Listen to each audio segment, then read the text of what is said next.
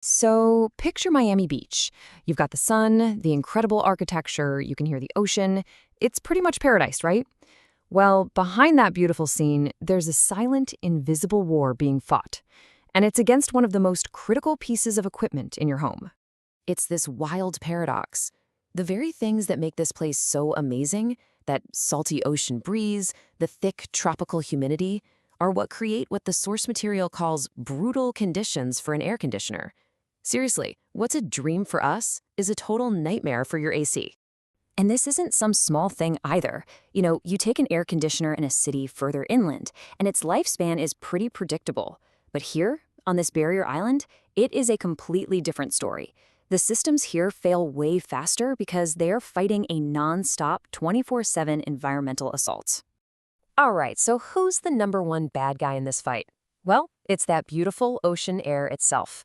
Let's dive in and see exactly how it launches its attack. The main weapon here is something called salt corrosion. We're talking about tiny, invisible salt particles that get carried in the ocean spray. They land all over your outdoor AC unit and form this crust on the delicate metal fins. And once that happens, a really destructive chain reaction kicks off. Okay, so here's the attack plan step by step. First, that salt spray coats the coils. That coating basically acts like a blanket, trapping heat inside. This forces the heart of your system, the compressor, to work way, way harder than it's supposed to. And that leads directly to overheating, breakdowns, and some seriously expensive refrigerant leaks.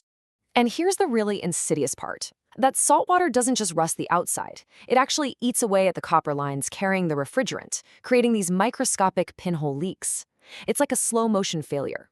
You have often no idea it's even happening until, one day, your system just stops cooling. But the salt air doesn't act alone. Oh no. It has a very powerful accomplice that makes everything so much worse: the relentless, suffocating humidity. Let's take a look at how this silent partner adds to the damage. Just look at this number. The humidity in Miami Beach almost never drops below 60%. That means your AC isn't just fighting the heat, it's in a constant battle with this supersaturated, damp environment. And that opens up a whole new front in this war. All that moisture in the air creates the perfect breeding ground for algae and mold, especially inside your system's drain lines. When those lines get clogged up, the water has nowhere to go but back inside your house, and that can cause leaks, property damage, and trigger emergency shutdowns, usually on the hottest day of the year, right? So you've got this 1-2 punch from the salt and the humidity. Let's look at the real-world consequences, this cascade of failures that homeowners in Miami Beach see all the time. First up, corroded condenser coils. This is the direct result of that saltwater assault we were talking about. The system just can't get rid of heat efficiently, so it runs and runs and runs, which drives your energy bills through the roof and just wears the whole thing out way too fast. Then you've got the clogged drain lines. This one has humidity's fingerprints all over it. This is honestly one of the most common reasons for an emergency AC call. Water backing up, shutting the whole system down, and, maybe ruining your ceiling in the process. And this whole environmental siege isn't just physical, it's electrical too. All that constant moisture just wreaks havoc on sensitive electrical parts like capacitors and contactors. And of course, they almost always seem to give out during the absolute peak of summer heat. Okay, I know that all sounds pretty bleak, but here's the good news. You are not helpless in this fight. You can fight back. So let's switch gears from the problem to the solution, your strategic counteroffensive. When your system inevitably starts to fail, you're going to face a really tough decision.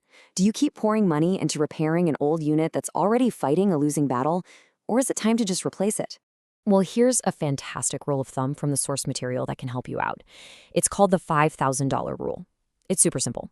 Just multiply the cost of the repair by the age of your AC in years. If that number is more than 5,000, it's probably a much smarter financial move to replace the unit.